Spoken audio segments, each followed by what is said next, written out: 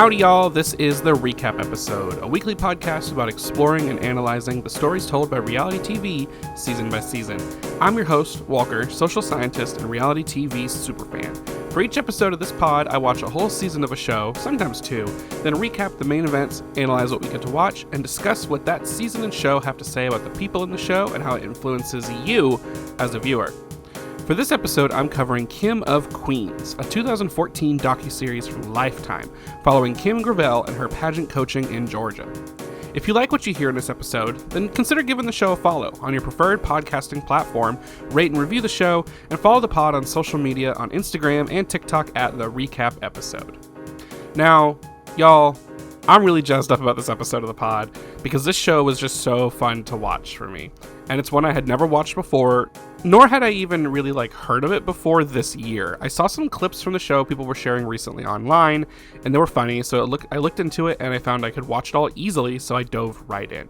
And what I found, again, was just so fun. If you think you'd like to watch a show with a lot of personality, one that has both positive, empowering, uplifting stories and lighthearted silliness, then go watch Kim of Queens. I don't want to compare it to Dance Moms too much because I feel like a lot of people do that. But it's like Dance Moms if Abby Lee Miller used positive techniques instead of abusing her dancers. You can watch both seasons for free on Lifetime's website, but I believe you can also find the show on YouTube. So like I said, Kim of Queens is a docuseries that follows Kim Gravel and her pageant coaching business project experience. But you may be wondering, who is Kim Gravel? Well, she's our central figure in the show, first of all. She's our primary narrator and our storyteller. She's the driving force. She's our guide and our eyes into the pageant world and her world. But who is she?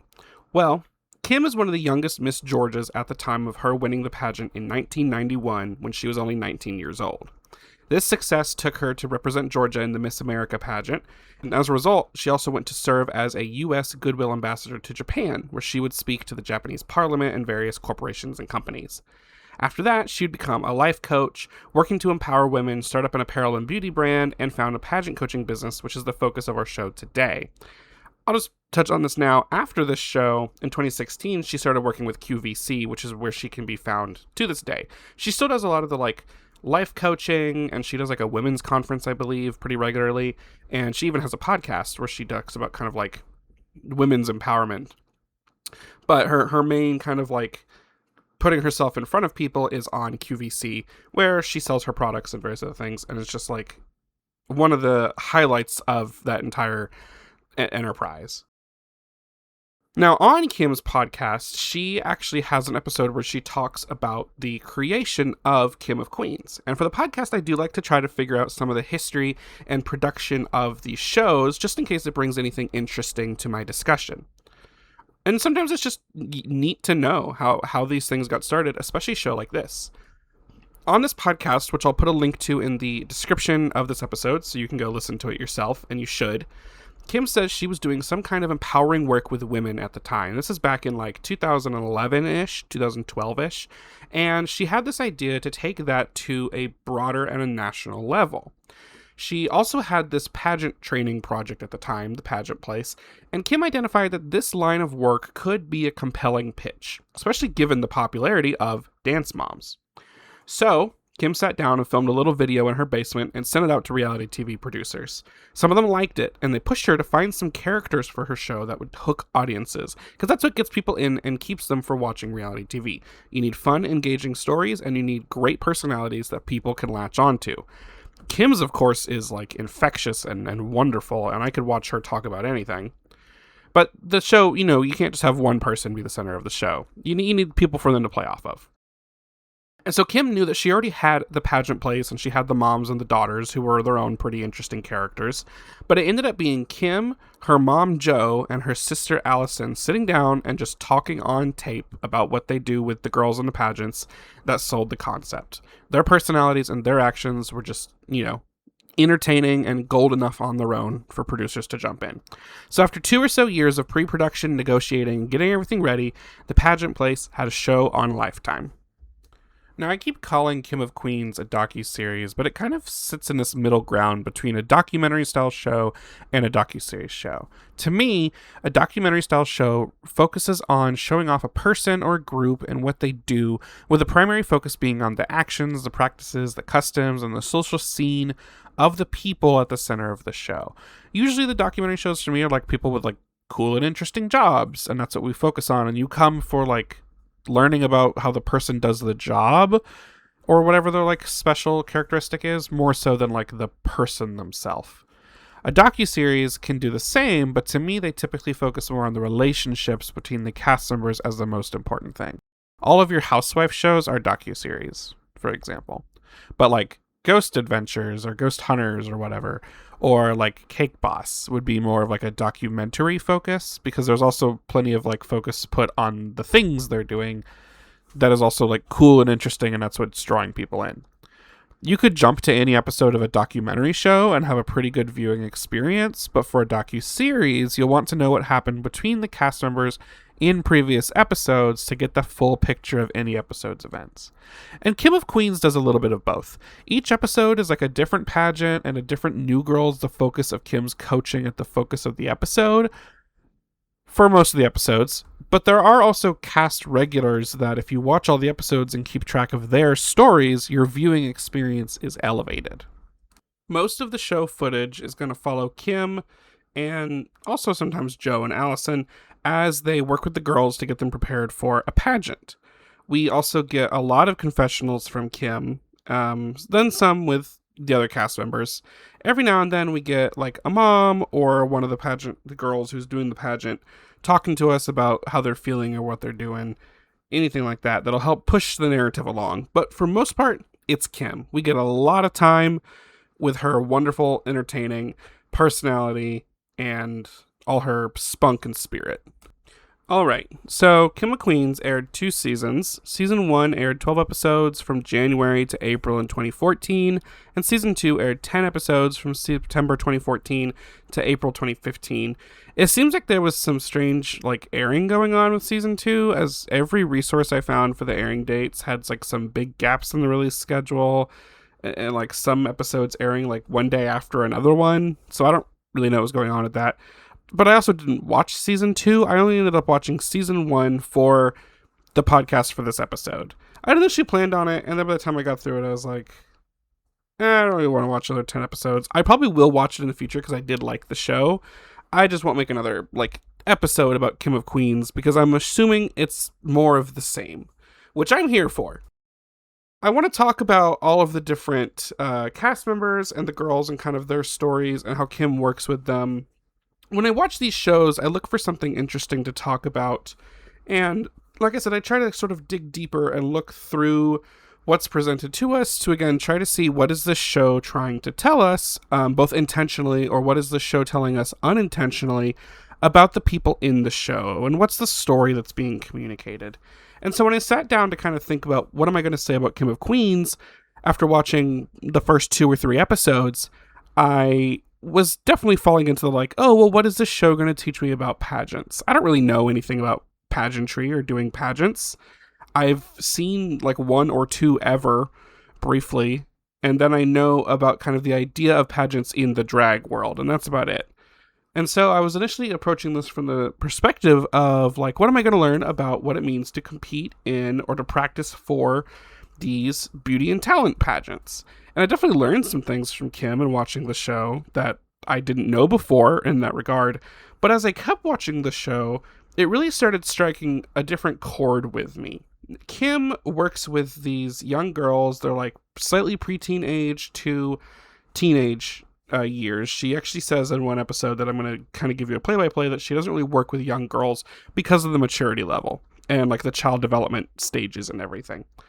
And she really works to help these girls get ready for these pageants, empower them, really kind of works with them to make sure that they know that yes, sure, we can say, and it's a common idea that pageants are a major judgments of appearance and outward elements of your person, But she emphasizes that it's really important to work on what's on the inside and to make sure that's solid, because you need that to be a good foundation to actually be able to show things on the outside to be judged with the pageants. But also you have to have, good personality. You have to have confidence. You can't answer like an interview question if you don't have those, right?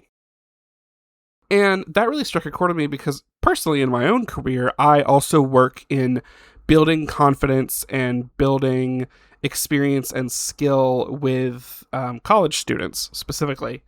And as I'm watching Kim, I'm like, oh, we use a lot of the same kind of like techniques or like motivational methods, strategies with talking with the people that we're working with, that we're coaching, that we're guiding and mentoring. And I'm like, oh, maybe, I'm starting to look for things as I watch, like, oh, maybe I could bring that into my own work that I do. And so then it became, now I want to watch this show and look at my notes that I took through a lens of like, what can we learn about empowering others and guiding others and coaching and mentoring others through Kim Gravel as she appears on Kim of Queens? What do these stories with Kim working with these young women, what can that tell us about lifting people up, building confidence, and empowering them? And, within this context, within like working towards performing and competing in a pageant. So that's like the angle I ended up taking with this, which I'm just like real super excited about. I'm having fun here, y'all. So I want to give you a play-by-play recap of one episode to give you a taste of how this show flows. And then I want to kind of talk about the different stories and again, what we kind of learned about empowerment and coaching and confidence building and skill building and all these things. So I've picked episode 6 to kind of run y'all through. This episode is called The Karaoke Kid, and it is one of the episodes where Kim has a new girl that she is helping out for the first time and exposing this girl to pageants. And Kim's going to have some interesting problems with her, but also I picked this episode because there is some conflict, some turmoil among one of the other regular girls that Kim works with that she has been working on, is kind of building towards this particular girl's long-form story arc across the show. So, we open up this episode with Kim doing some opera riffs with the girls that she's been working with. We're episode 6, so actually we have some of the newcomers who in previous episodes were like the new girl of the week have stayed on. And then we've got Kim's other regulars that have been with her before. Kim actually learned opera for her talent pageant back in the day. And so she still does that. And she works on, singing with a lot of the girls as their talent because she has expertise in that. So they're working on opera riffs, and she tells the girls that this week's pageant is a country singing pageant. That is the main talent focus. And so she wants to enroll her singers, enlist them up for this pageant competition. She has a few girls who don't sing, and they primarily dance or do other pageants. So they got the week off. Great for them. We're going to focus on the singing girls this week. As I said, Kim has a new girl that she is training up for a pageant this week. Because of course she does. She has 9-year-old Erin, who was allegedly found by one of her friends at a karaoke bar. And then we get some footage of Kim and Allison going to said karaoke bar and watching Erin sing. This 9-year-old she is possessed by the spirit of like an older bluesy lounge singer. She has a very mature voice for like a 9-year-old. And Mom Melinda says that they've been doing karaoke bar singing so that Erin could have a place to sing. Believe that if you want it, reality TV could have a hand in that. I don't know either way. It makes for a compelling introduction and exposition. Kim wants to help work with Erin and Melinda to kind of give her a better way to show off her singing pageants rather than in bars. Seems like a great idea. There's actually a cast member who in previous episodes, Kim kind of helps her do the exact same thing. She wanted to find a place where she could get out some exposure for her singing, and so Kim said, do pageants. You can sing during the talent portion. You can develop some other useful skills. You can get yourself out there. Kim's no stranger to doing this with a girl, specifically to kind of help them bolster exposure and get more time to practice their singing. Erin is an excellent singer. She does have one little problem. Well, two, actually. When it comes to her technical skills, she's a bit of a belter. And so Kim is going to try to, across this episode, potentially try to convince her to reel that in a little bit and not have to just convince her that she doesn't have to just like sing at her highest volume all the time. The other problem is that Erin doesn't really like country music. She says she's more bluesy and soulful, and she specifically says she likes to sing songs like Adele and Bruno Mars, which I thought was a very fun little like those are your examples of blues and soul, Adele and Bruno Mars. So Kim brings Erin into the pageant place with all of her girls, and Kim has the girls practice singing a little lick with some soul and some feeling, because the girls are just kind of like going through the words, trying to hit the notes, and Kim's like, this feels robotic. This doesn't feel like you're actually singing words to me with meaning and with spirit. It just feels like you're going through the motions. So Kim has all her girls try, even the ones who aren't the singers, and that's a little comedic bit for you. But while all showing off what they can do with this little lick of song, regular Ainsley does well enough for Kim to say she likes it. Addison and Mara and Hannah pass on it, and Lauren nails it. She's the other singer I mentioned previously. And then, of course, so does Erin. And this was Erin's moment to kind of show off to everyone else that's at the pageant place.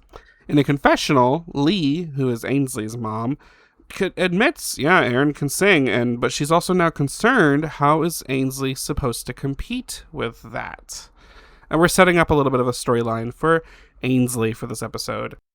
Kim sets aside Addison, Hannah, and Mara because they are the dancers, and this also upsets Angie, who is Mara's mom. Angie, I'll talk about her later, but she is kind of a source for a lot of conflict between the moms and Kim in this show, and it's mostly just her. Lee can have her moments, but Angie, like, whenever she comes out, like, you get kind of annoyed. She's the most, like, Dance Moms-esque element of this show, I will say. Angie's not happy. Kim wants to give the dancers the week off, but Angie cannot be happy with anything, including this, and her and Deb, Hannah's mom, chat about how there have been plenty of dancers as major pageant winners, but Kim seems to be stuck on singing because she herself is a singer. This sets up a B plot for this episode where Deb tries to do something, all these nice like favors and acts of kindness and gratitude and everything, just to make sure that Kim doesn't forget Hannah. Angie isn't playing that game. Angie's going to do her own thing. We'll come back to that later. So Melinda and Erin and Kim chat about doing a pageant. Melinda and Kim agree that Erin has a wonderful voice, but she tends to sing a little too big all the time, like I mentioned. Kim asks Erin directly, and this is very important, if she wants to do this and why. Erin says, God gave me a talent and I want to use it. And Kim just kind of immediately looks at Melinda with like the side of her eyes and is kind of like, did you train this child to say that? Kim is like over the moon for Erin. She loves her. She is concerned about the age, but she's willing to take her on. Kim just trying to kind of lay out how the pageant has to work to those two, and including, like, you're going to have to get dolled up. And Erin is resistant to the idea of putting on a lot of makeup, specifically fake eyelashes, which, listen, if you're a 9-year-old who's never done, like, makeup before, you probably would also be a little anxious about stuff going that close to your eyes, and especially with something called lash glue. Hello, that's, like, you'd be terrified. What if your eyes get glued shut? We get it. All of this ends with Melinda and Erin basically agreeing like, yep, let's try out pageants. Let's see how it goes. Let's see if that's something we want to continue so that we can get a better context for Erin to be singing in and to practice and develop her talent. The next thing we kind of cut to is 4 days to pageant left, and Kim wants to do an exercise with her singers. So Kim and Allison, her sister, have brought Ainsley and Lauren to a baseball field, like a local minor leagues field, to practice singing and specifically to practice their projection. And Melinda and Erin are also there too. Kim has them sing the national anthem, while her and Allison sit up in the bleachers because they, again, want to push these girls on their ability to project. And that's the best way to kind of figure out if they can't hear them up there, they're not doing it loud enough.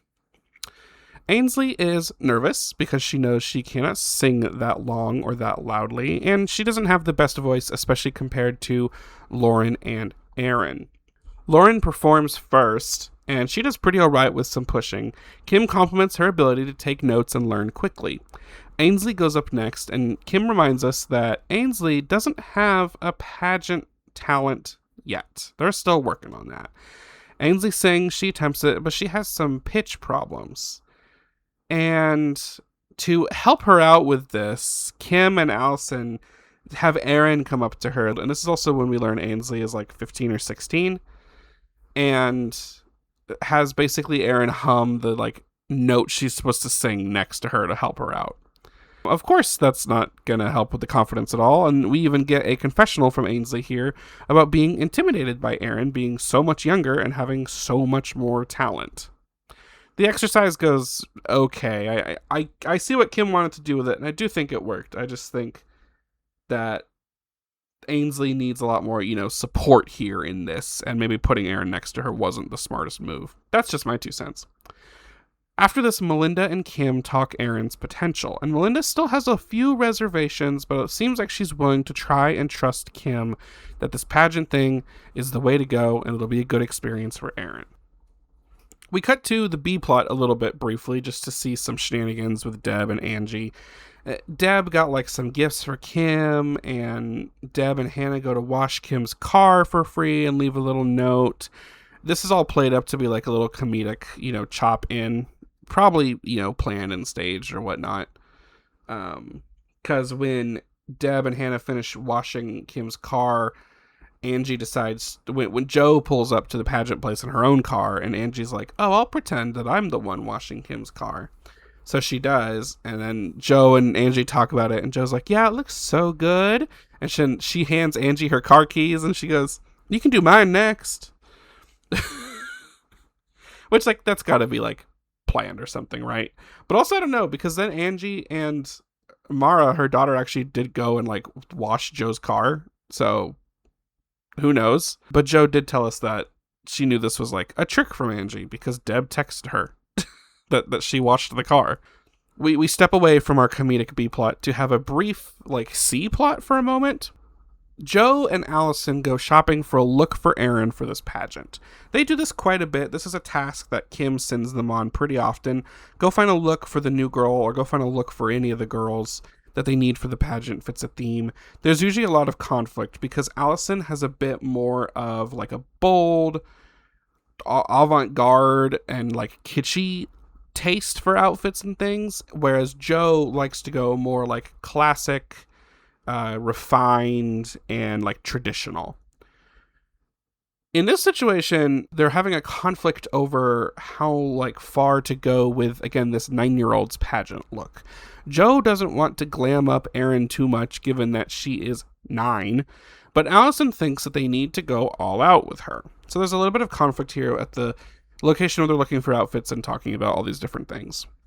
This plays along with kind of the next thing we see, which there's a hair and makeup test for Aaron. They've got Melinda and Aaron into the pageant place. Joe and Allison are there as well. Kim is doing makeup and hair looks to kind of explain, like, this is what we're going to do. This is what we need to find something that we can do with her on the day of the pageant so that she's ready to go. This is not a good scene at all. Aaron is having a horrible time. Melinda's not happy because she does not liking how Aaron's not having a good time. And she's watching these 3 loud, potentially crazy Southern women glam up her daughter, or attempt to. Joe attempts to stand up for Aaron here and cut in with Kim and Allison and be like, we don't need to do all that, but she's not really heard, and this isn't still not going super well. After putting on a bunch of makeup and kind of trying to do some hair and everything, they ask Melinda what she thinks, and Melinda says, well, she looks like a Barbie who had a long night. And she doesn't like how they've somehow managed to make her 9-year-old daughter look like she's 37 or 27 or something. She's not happy. Kim completely admits here that she's losing both Melinda and Aaron, but she tells them she's going to come up with a better plan. Just see us on pageant day. And then we skip to pageant day. At the pageant, first Kim has a little bit of a coaching talk with Ainsley. Kim picked up a judge's scoring sheet ahead of time and is going over it with Lee and Ainsley in an attempt to kind of build up some of her confidence. Maybe if she knows exactly what she's being judged on, it'll help her out. And specifically, she's trying to point out that talent at this pageant, well, yes, it's a big focus, country singing, it's not like the biggest thing. You could still win this pageant or do really well, even with not a great talent performance. And Kim also wants to take the moment to talk to Ainsley about not comparing herself to Erin. You know, she needs to do this for herself. She's doing this for her own thing. She's her own girl. She's eventually her own woman. Erin is a separate person entirely.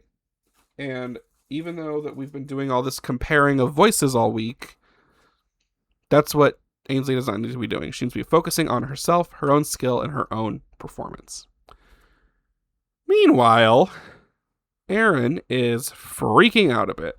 And, you know, they don't have like the dress ready to go, the makeup's not ready to go.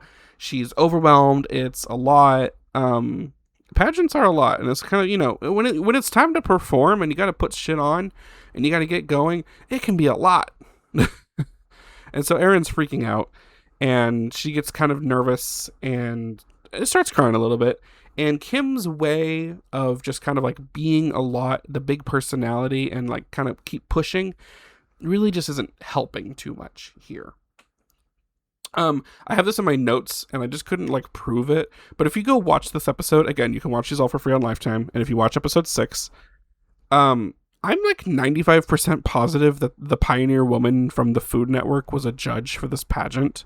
They cut to her a few times, and it's a very close shot, and it's not that long, but it's like she has such a distinctive like face and look that I'm like, that's the Pioneer Woman. Maybe I'm wrong, but I think that was the Pioneer Woman. Either way. Well, backstage, after some performances, and again, remember, Erin does not want to sing country. She doesn't like it. Kim talks to Lauren, and I haven't mentioned Lauren a lot because I'll talk about her in a moment when I go over everyone. And she's kind of been in the background of this episode, even though she's involved in the pageant. Lauren has an incredible singing voice, and she also plays guitar. And so Kim, and she's much older, she's like 18. Kim talks to Lauren and convinces Lauren, doesn't have to convince her that hard, to play live guitar for Erin for her talent, to help her out. That way Erin's not alone on stage. She has someone she knows up there with her and supporting her. And Lauren also can maybe provide a couple of like backup vocals. Erin is very resistant to even trying to sing the song Kim wants her to sing. And she sort of attempts to sing it, but doesn't actually. And Lauren and Kim both say to Erin, like, well, girl, if you're not trying, we're not helping. Like, we're not doing this. You're not doing this if you're actually not going to try to sing the song and just sort of like do it to appease us. But she agrees to do it, especially with Lauren helping her. We got a really cool cut where she starts singing the song backstage for a quick rehearsal, and then we cut to mid-real performance. Shout out to the editors. Always shout out to the editors on reality shows. They are what makes these shows deliverable. It's a wonderful performance. Melinda is finally like so relieved that everything went well and everything. Then it's Ainsley's turn. And Ainsley gets up there to sing, and Lee kind of tells us, listen, this is either a redemption or a meltdown, and she's not sure that she can handle a meltdown. Ainsley does tell us that she really wants to prove to Kim that she can do this, and she gets out there and sings. Kim says Ainsley isn't the best singer, but she's proud that she did this.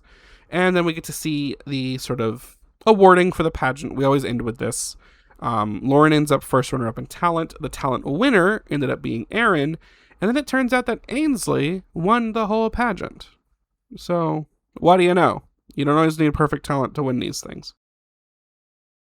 And that's a whole episode of Kim of Queens. And there's usually like a funny closing out thing. Like usually we have a very touching moment with like celebrating the win and talking about how much growth the girls have gone through and overcoming any obstacles.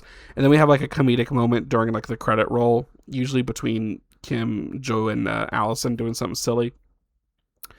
But that's an episode of Kim of Queens. That's typically how they roll. Especially the ones with like a new girl. We're kind of following them along with learning about like, what does it mean to be in a pageant? What do I have to do? When we have the episodes where there aren't any new people, we do spend a lot more time with the regulars of the pageant place, and usually there may be multiple side plots regarding all these things going on. So, typical structure for a Kim of Queens episode.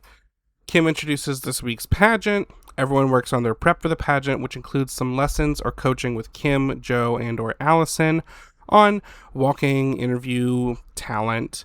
There's maybe some kind of obstacle established. We make it to the pageant day, we watch the girls compete while the pageant place team helps them backstage. And then typically someone needs like a last minute pep talk, so we get to see that as well. If there's a new girl, we're usually following her, with then some supporting stuff happening with the other cast. If there's not a new girl, we just get to follow the regular pageant place girls and see how they do in that episode and during that week's pageant. Now, I really do like how most of the episodes, I think it was 9 out of the 12 in this first season, focus on a new girl and kind of her introduction to the pageant world. It does a really good job story-wise. It provides a good structure, a newcomer for us to follow, but also acts as another lens through which we can learn about the pageant world. Anytime these new girls face new challenges, overcome obstacles, and compete in their first pageants, we get to see what all that is like for someone that may have the same level of familiarity as the average viewer, that being none or very minimal. So when they get to experience walking in heels for the first time or getting into all the glam and glitz makeup, they're telling us about it, and we get to kind of, see this first timer experience often through their eyes. We spend most of our time, of course, with Kim. This is her show after all, but we do have the regular cast members as well. And like I kind of mentioned in the kind of play-by-play of episode 6 there, we do get Joe and Allison helping out quite a bit. Joe, they both have pageant practice and experience, and it seems like Allison also has like really good singing experience because she sang in a couple episodes, and I was like, whoa, where'd this come from? But they, of course, assist with coaching, pageant prep, assembling outfits, and helping run things on pageant day. They're often used for some kind of like comedic effect often, especially Allison. There's a little bit of like a dynamic of like Kim and Joe versus Allison in many instances, or just kind of like picking on her. And Allison, though, also takes this. There's a few times in the season where Allison kind of steps up and she tells us both like directly, but also through her actions, that she's often doing a lot of things to try to prove herself to both Kim and Joe, that she can work at and operate at the same level as they do when it comes to helping these girls prepare for pageants and coaching them. Speaking of all the girls of the pageant place, I will say at first, with so many of the episodes focused on getting new girls to do their pageants, their first ones, I was unsure that paying much attention to the regular crew would be that important. However, they all end up having very interesting growth and developing relationships with Kim and with each other. So I think they're actually really important to pay attention to, and they're a crucial element to like watching the show and kind of getting everything out of it, if you want to say. So I do kind of want to go over them, which will also include a little bit of like recapping some of the episodes as well. So I'll get a recap of most of the stories of season 1. So first there's Hannah and her mom Deb, or Deborah. Deb, as Kim calls her throughout the show, is kind of like an old Barbie doll. She has, and all these women are very Southern. I'm just going to put it out there. I love it. I joke with friends and people up here. I grew up in Texas, but I live in New York now. And people are like, oh, you don't have that strong of an accent. And I go, no, it's more in a dialect for me, like word choice. And then a few words come out that I say regularly. But I always tell them, was like, if I go spend time like back home, specifically with my granny, then the accent comes out. Watching this show was enough to make the accent come out. I'm trying to like talk about it with my roommates, and I'm like, well, here's the drawl, it's coming out. Anyway, Deb has like she's a very Southern, got big, huge blonde hair, big Barbie appearance. She's got this like gravelly, deep earned, but like very like deep South Southern voice. You can, if you know what I'm talking about, you can picture it in your head. And Hannah, her daughter, is very much a miniature version of herself. And Kim alludes that and points out that this is a little bit of a problem, mostly for Hannah. Kim is trying to get Hannah to come out of her shell, develop into her own person, specifically when it comes to competing in these pageants, and extra specifically when it comes to her talent and her look. Hannah does great when she competes, but Deb kind of makes her into a little mini-me, and Kim wants to break her out of that. So Hannah, even though she does kind of have the least amount of focus in this season, she's kind of sidelined quite a bit. We actually get more of Deb than we do Hannah sometimes, because Deb and Angie play really well together. Hannah does have one kind of breakout episode in the middle of the season where there's a plot all about her coming out of her mother's tendency to make Hannah the small version of herself. She gets her own look. She kind of, there's this cute scene where they go to the salon and Deb wants to get Hannah's hair cut the same way they've always got it cut, which looks very much like Deb's hair. And Hannah, talking to the hairstylist, basically says, like, no, let's go a little shorter, and it's supposed to be played up for this, like, Hannah taking that agency, taking that control, and getting a look for herself. And it ends up, like, being a really cool episode for her. I believe she's also trying to, like, develop her talent in an episode, if I recall correctly. But at the end of that episode, she wins the pageant that she competes in, which is, like, wonderful, and for Kim, it's very much like, look, see what happens when we let the child, become her own thing, do her own thing, and be her own person. She finally wins a pageant. So that's cool. Hannah's fun. She has another fun, like, performance with one of the older pageant place girls in the last episode of this season when they're competing in a pageant in pairs. She has a really fun kind of relationship and back and forth with this other girl who we'll get into in a moment. Her name's Alexis. She's one of the newcomers and she's really cool and has a very interesting story, so I'll get to that in a moment. One of the other regulars, or at least one of the girls who's already with Kim when we start the show, and, it's hard to tell if the episodes are in exact chronological order, especially the ones that do just have, like, here comes a new girl, and then she's gone for the rest of the show. But it feels like a general chronological order that's going on. And so the next one I want to talk about is Ainsley, who I mentioned she was an important part of the episode 6 that I recapped because they were trying to figure out her talent in part of the season. And she wants to sing, or at least she could try singing. But comparing herself to Erin doesn't go that well. Ainsley does great at the parts of pageants that come down to looking nice, but she sometimes falters during her introductions and her interviews, having to do that public speaking. And a lot of her arc in the first season is her trying to figure out a talent, figure out really what she wants to do. She also struggles a little bit in, like, the personality realm, where she's kind of boring, or maybe she, you can kind of sense it, and Kim does mention this a little bit, but it's kind of one of those, like, teenager things where you don't really want to, like, show your true personality because of fear of being judged. That's the vibe that I get from Ainsley. She is also, it appears, to be prone to meltdowns and breakdowns when she gets nervous, when she gets anxious, when she loses her confidence, right? And we get to see this a couple times. There's one episode early on where at a pageant, she's trying to do rehearsal to do a sound check for her singing, and she already gets herself, gets stuck in her head that she's not going to do well, can't do well before she's even tried it, and she has a little bit of a breakdown. Kim pulls her out of it, but it's a rough moment. And this kind of continues on in the early parts of the season until eventually, after a string of bad experiences and just really not going anywhere, Kim has a little come to Jesus meeting with Ainsley and Lee and basically says Ainsley needs to take some time off. She's been throwing herself at this and she's burning herself out, and it's not going to be good for her to keep going along this path. Ainsley's, she's kind of like, yeah, probably that's good. She doesn't really say anything about it. We don't really get her perspective. We get Lee's perspective in response, her mom. Lee is, of course, upset because she wants what's best for Ainsley, and she wants Ainsley to keep trying. And she's also upset in this episode because I believe this is one where Kim brought on a new girl, and the ones who were the regulars at the pageant place were feeling a little betrayed that Kim isn't putting the time into their girls when they were there earlier. That kind of movement is mostly led by Angie, but I think she roped Lee in a little bit in that.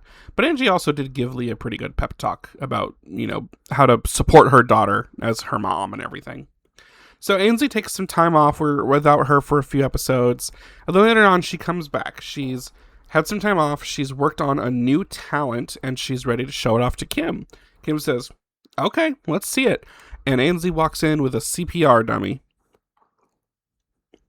She proceeds to just sort of do a CPR demonstration silently. And this is a horrible idea for a talent demonstration. After some back and forth talking with Ainsley, talking with Lee, in this moment, they eventually get Lee to step out of the room and have Ainsley try to do the thing again. But instead, they kind of just actually sit down and talk with her. And they're like, girl, what's going on? What's happening? Ainsley uses this moment to kind of, real talk with Kim, Joe, and Allison to kind of say, like, listen, I want to come back. I really want to do this. Please let me do all these things and whatnot. And Kim, for Kim, what she's been trying to get Ainsley to do is basically understand that she needs to do the pageants for herself, and she needs to have her own self-motivation and drive for doing this, not rely on her mom's like push and initiative and getting her to do this. Ainsley needs to want to do this for herself. And her coming back and asking, Kim to take her back on and let her back in and everything was kind of that for Kim. So even though she hadn't gotten a new talent yet and they needed to figure out what they're going to do in that regards, Kim lets her compete in the pageant that week because it happens to be one without a talent. And then Ainsley does pretty well and she's back in the fold and it's a good time. The last of the regulars when we start the season that I want to talk about is Mara and then her mom Angie. Mara's pretty good. She's got a good dancing skill and she's, building up her confidence. She's getting up there. She's getting the experience. Mara's never typically the problem. The problem is Angie. Angie wants what's best for Mara, of course, and Angie's going to support her and do the best she can. But Angie herself, and you can tell this when you watch the show, is a bit of a pusher. She's the one, again, that's kind of similar to Deb and Hannah, but in a different way, really pushing things along. And similar to Lee as well. Probably closer to Lee, now that I think about it. But Angie often conflicts with Kim, and Angie wants what's best for Mara and wants what's best for her, chances in these pageants that she's competing in and her to gain skill so she can eventually move on up to bigger pageants, maybe herself become Miss Georgia or Miss America someday. And so she has a lot of conflict with Kim's methods and approaches. And Kim really spends a lot of time with Angie in these little arguments, just trying to get Angie to back off of her and back off of Mara. If she wants Kim to work with Mara, which she complains about all the time, Kim not putting enough time into her, then she needs Angie to stop stepping in and basically undoing the work that she does. And that's kind of the story we get with Angie most of the season. Mara's great. She does her thing. She sticks up for herself sometimes. There's a whole episode about a pageant that has a swimsuit category, which leads to hesitation for some of the girls. And Kim doesn't want to actually put any of the girls who are younger into the pageant because she just doesn't want to subject them to that. She doesn't think they're mentally mature enough for it yet. So she was only going to have her 16-year-olds and up compete. This is the same episode actually that I mentioned with Ainsley's story, where she came back and tried to prove to Kim to let her back into her pageants again, and this pageant, instead of having talent, has the swimsuit category. Well, Angie can't have that. She's, of course, upset that Kim wanted Mara to not compete, so Angie decides to go behind her back and push Mara into the pageant anyway. And so it turns into a whole thing. Mara does great, and she even proves herself, and Kim asks her directly, as she always does, do you want to do this pageant? And Mara's like, yeah, I want to do it. I think I can do it. And Kim says, okay, then. And, they do it, and she does great. She, wins her younger category or something like that.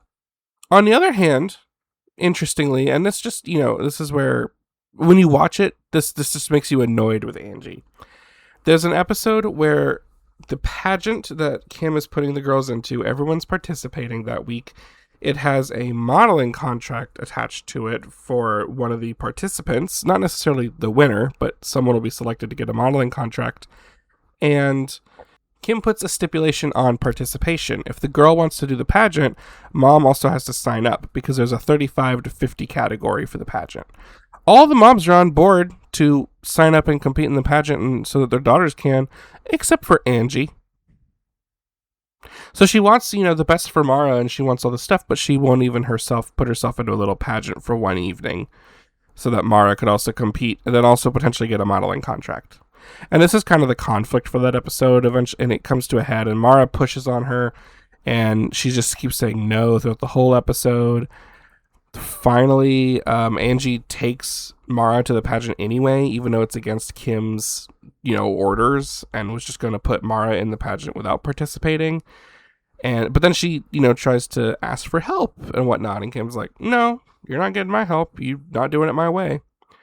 And so finally, Kim can get Angie to come around and convinces her to participate in the pageant. And I will say this is a very good and cool episode because, not only do we get to see Kim doing her coaching and her empowerment with the younger girls, but this is another moment for Kim to really flex her expertise. She spends a lot of her career and her time doing, confidence and empowerment workshops and conferences and whatnot for women. So this is an opportunity for Kim to really flex her skill, and she helps Angie rebuild very quickly the confidence to get out on the stage and participate in this pageant as well. And Angie ends up winning the age bracket that she's in. So, but before all that, it is a moment again where it's kind of like Angie is frustrating to watch because she wants the best for Mara, but then there's times where she just won't commit to helping her properly, or she's the roadblock that's getting in Mara's way. We actually end the season on a cliffhanger where at the very, very end, the final episode, again, it's a pageant with duos, so everyone competes in pairs. And interestingly, the setup for this is also Joe, Allison, and Kim each take a pair to coach. And Kim has Lauren and Addison, who are two girls that she's working with to kind of pair together and get them ready to go.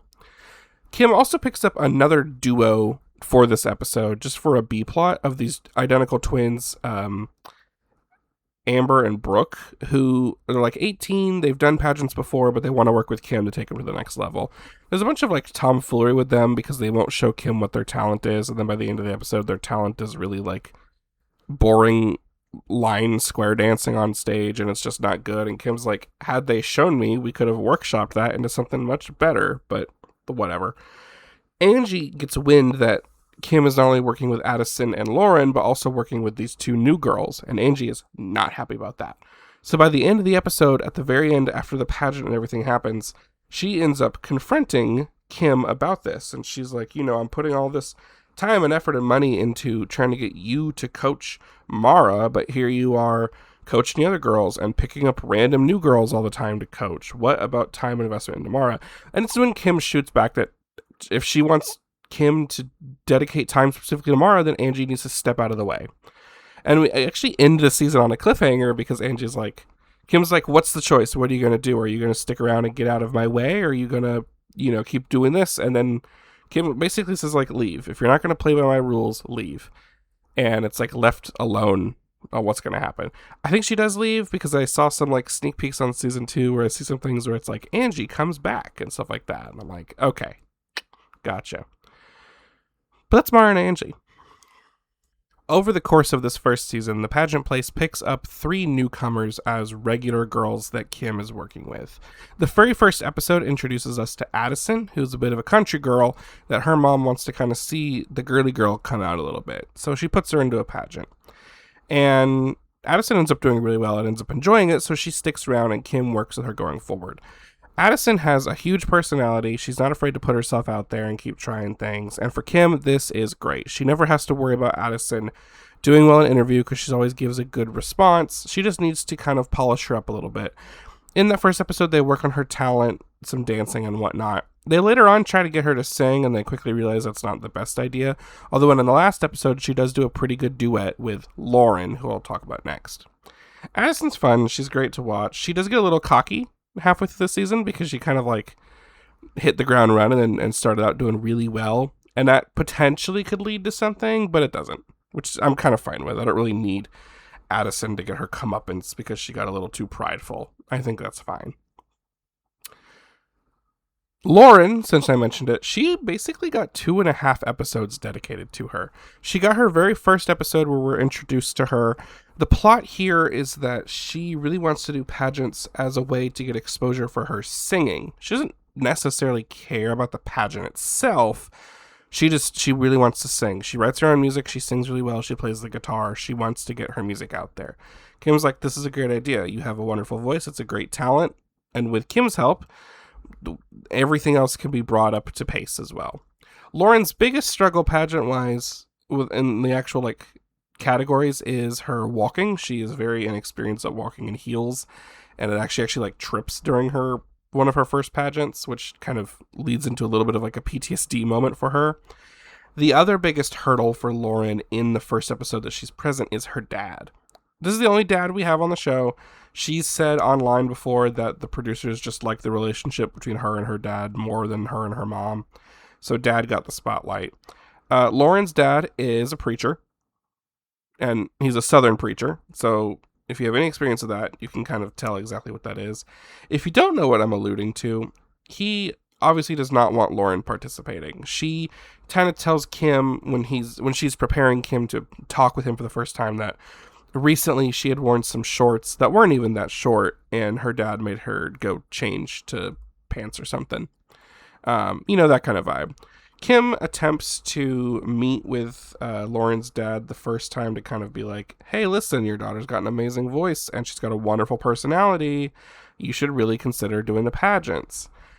Her dad's, perspective is kind of the shared perspective on pageants, which is he doesn't like how they tend to focus on external features and characteristics and amplify those up, and that's all they focus on. And there's nothing, going on inside. And Kim, she retorts back. She basically says, I think you're wrong. In my experience, with the pageants, we have to do as much work and we focus just as much on like who the person actually is. Who is this woman? What does she do? What is her life like? What's her personality? So her first episode is really getting Lauren up to speed really fast, getting her to compete in the pageant. Kim convinces her dad to come and watch it. Lauren does pretty well, especially in the talent. And then dad is convinced it's like, hey, maybe this is a pretty okay idea. She gets a second episode in this season where Lauren, oh no, has lost her way. Her dad comes to the pageant place in search of Kim so he can get her help.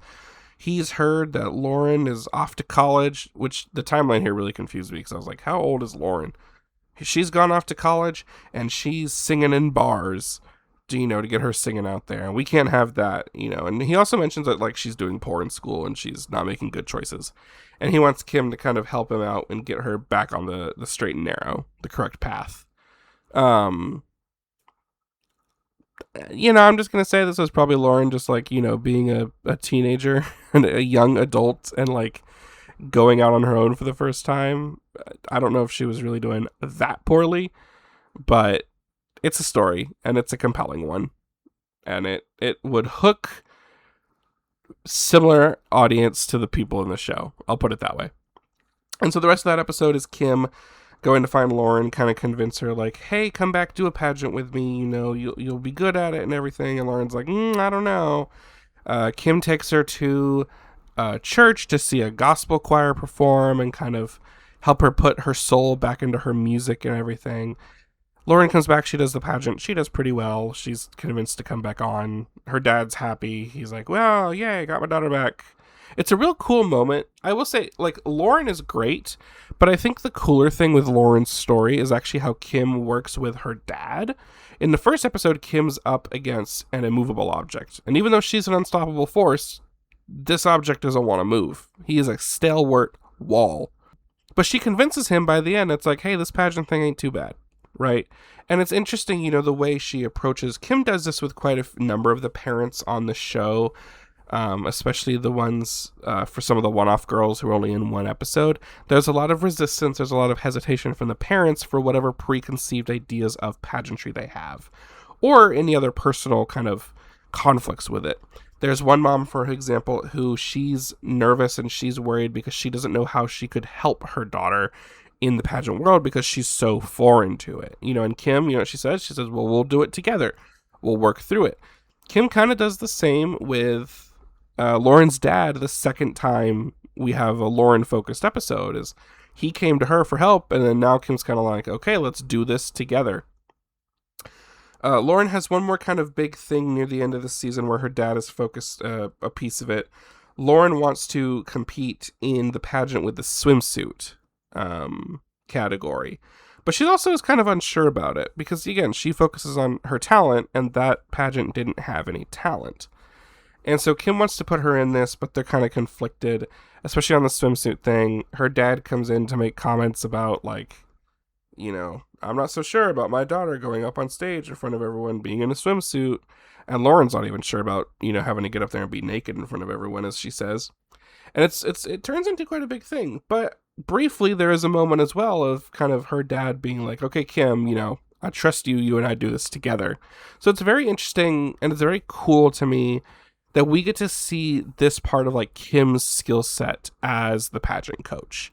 That she can not only work with the clients she's working with who are competing in the pageants, but she has this ability to also sell it to the family members that are related. And maybe have concerns about their children competing in these pageants, and where they'll be going from here and what like things they'll be exposed to or what they might pick up on. And I bring this up in part, again, like it's just cool to see, but also it just really speaks to like Kim's coaching skill, which again is what like spoke to me and what I wanted to talk about for this episode. So I thought that was really cool. Lauren, overall, great story, wonderful singer. She has a good time on this show. The last of the newcomers who stick around is Alexis and her mom, Tatisa. Alexis is kind of a strange one to me.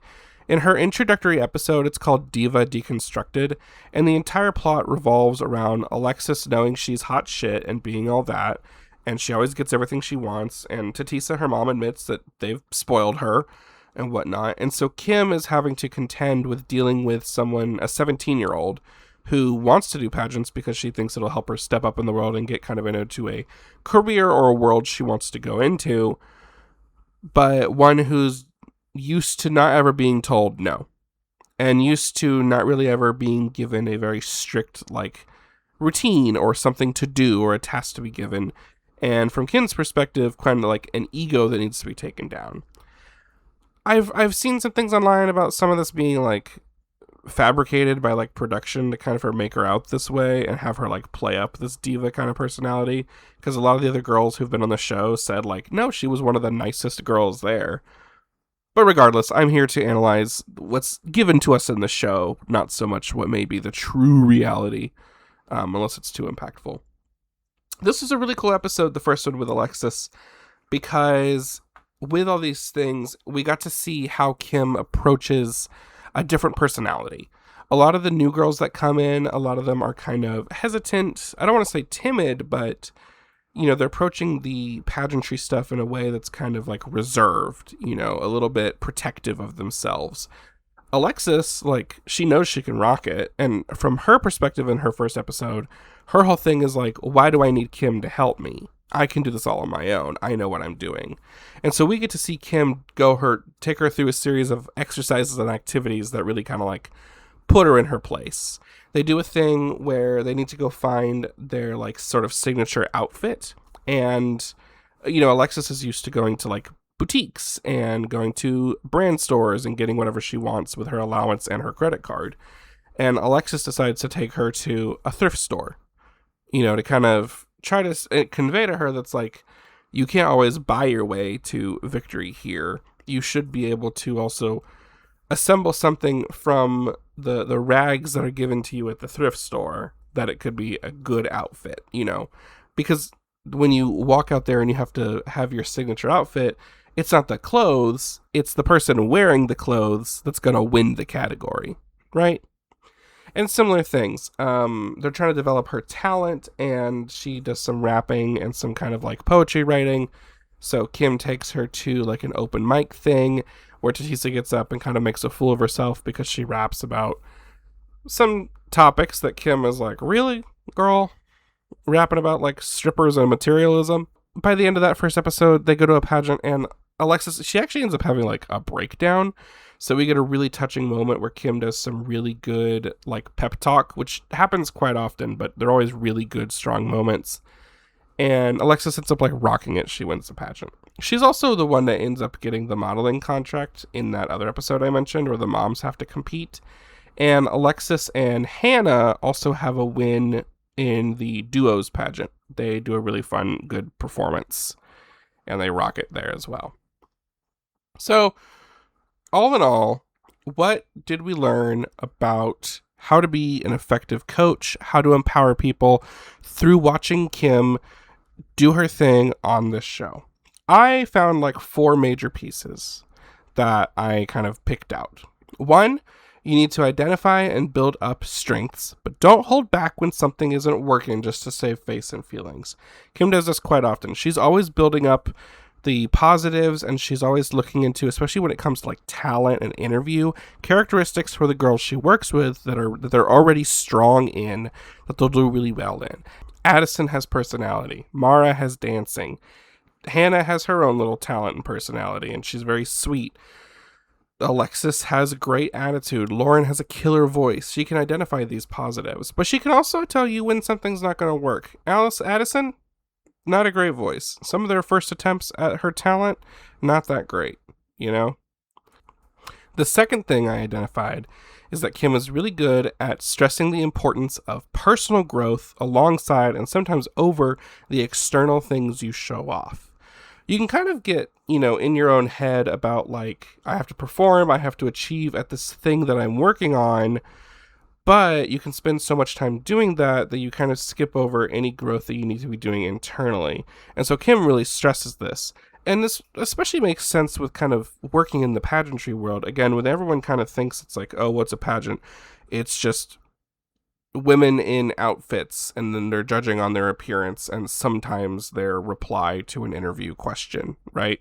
Kim's like, no, you got to have good personality, you got to have confidence, you got to have high self-esteem, you got to have the drive, you got to have the energy and the aura to get yourself out there and win. And even if you are just walking in a gown, you got to sell it, And so for Kim, it's really important to stress this important internal personal growth.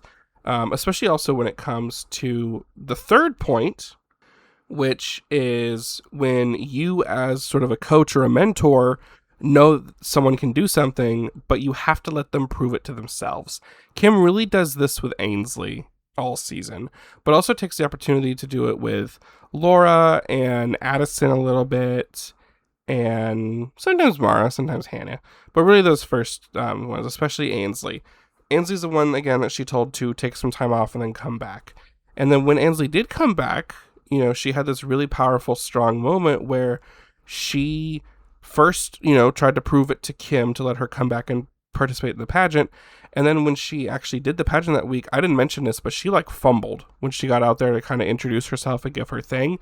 She froze up. She forgot her little speech, her little lines completely. She attempted to say it a few times. She eventually got through it and she did okay. But you know what she didn't do? She didn't break down, which she'd been known to do. She'd had a history of doing that. And so for Kim, she knew Ainsley could do it, but she had to let Ainsley have this moment where Ainsley could prove it to herself that she can do it. And that's how you're going to get their growth, and that's how you're going to build their confidence. The last thing I identified is, and this is, I think, is super duper important, is Kim always gave the girls and others the choice to participate in their own challenges. Even when Kim pushes and pushes and pushes and wants them to participate in this thing and wants them to do this pageant and wants to do this specific talent, all these things, Kim never forces any of them to do the thing they don't want to do, which is just so important, to me, when you have kind of this coaching mentorship relationship. The people that you are working with are going to kind of look up to you for guidance and for direction. And they're going to be more willing to just do whatever you say that they need to do because they trust you and they think that you're the expert and they believe that. So it can be really easy to get into kind of this power dynamic where you can push people to do things they may not want to do. And so I really like that we got shown that Kim is always very much attuned into kind of the desires and the motivations and the feelings of the girls she works with, and can kind of tell when it's just not working, and Kim will tell them listen, I've pushed you this far, but I'm not going to make you go on that stage if you don't want to do it. Which also goes along with the previous point where it's usually when she says this, the girl ends up doing it anyway, but it's no longer to do it because Kim said so. They're doing it because they know they want to do it for themselves. Or, make their parents proud or whatever. Or make him proud. But those are my 4 points. I had so much fun with the show. It's just so interesting and intriguing to me. I also loved it because I grew up in the South, and it was just watching it. I was I've seen these women. I know these women. I've seen them around everywhere. And one of the biggest questions I will say, because it is a show, And my last thing before I wrap up is it entertaining? Absolutely. This was like an 8 out of 10 for me. Can't give it a 10 out of 10 because I got to give it some room for improvement, even though it's not airing anymore. But it was just so fun. The episodes kept moving, everything kept going. I kept wanting to watch the next episode. I was intrigued. I was captivated. I was engaged the whole time. Kim has such a good personality for TV, and it was very infectious, kind of her energy. All the stuff with her family, with Joe and Allison, which I haven't really touched on. They had a bunch of funny comedic B-plots, but also some interesting ones. Allison had a whole episode in which she was kind of training up a girl who does like NASCAR racing to participate in the pageant, and that girl ends up like doing really, really well in the pageant. So that was like a big moment for Allison. But other than that, as Kim mentioned in trying to get this show off the ground, the thing that got the show sold was Kim and Joe and Allison sitting down, talking with each other and bantering with each other and playing off each other as they normally do, just talking about the girls that they coach. And that's what got the show sold, and that's what made the show like great to watch. It was just so good. So 8 out of 10. I recommend watching it. It's a fun little docuseries. Again, as I probably said for the 5th time now, you can watch the whole thing on Lifetime, on their app, on their website, whatever you want to do. It's, hour episodes. There's 22 total if you watch the second season as well. I think everyone should at least check out some of the episodes if you're a reality TV fan. And also and again, I don't want to compare it. I don't like comparing women to each other, and I don't like comparing these shows to this other show.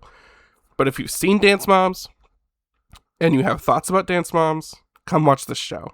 Because this is like the positive spin on the Dance Moms format, and kind of a very similar world of young girls competing in extracurricular activities.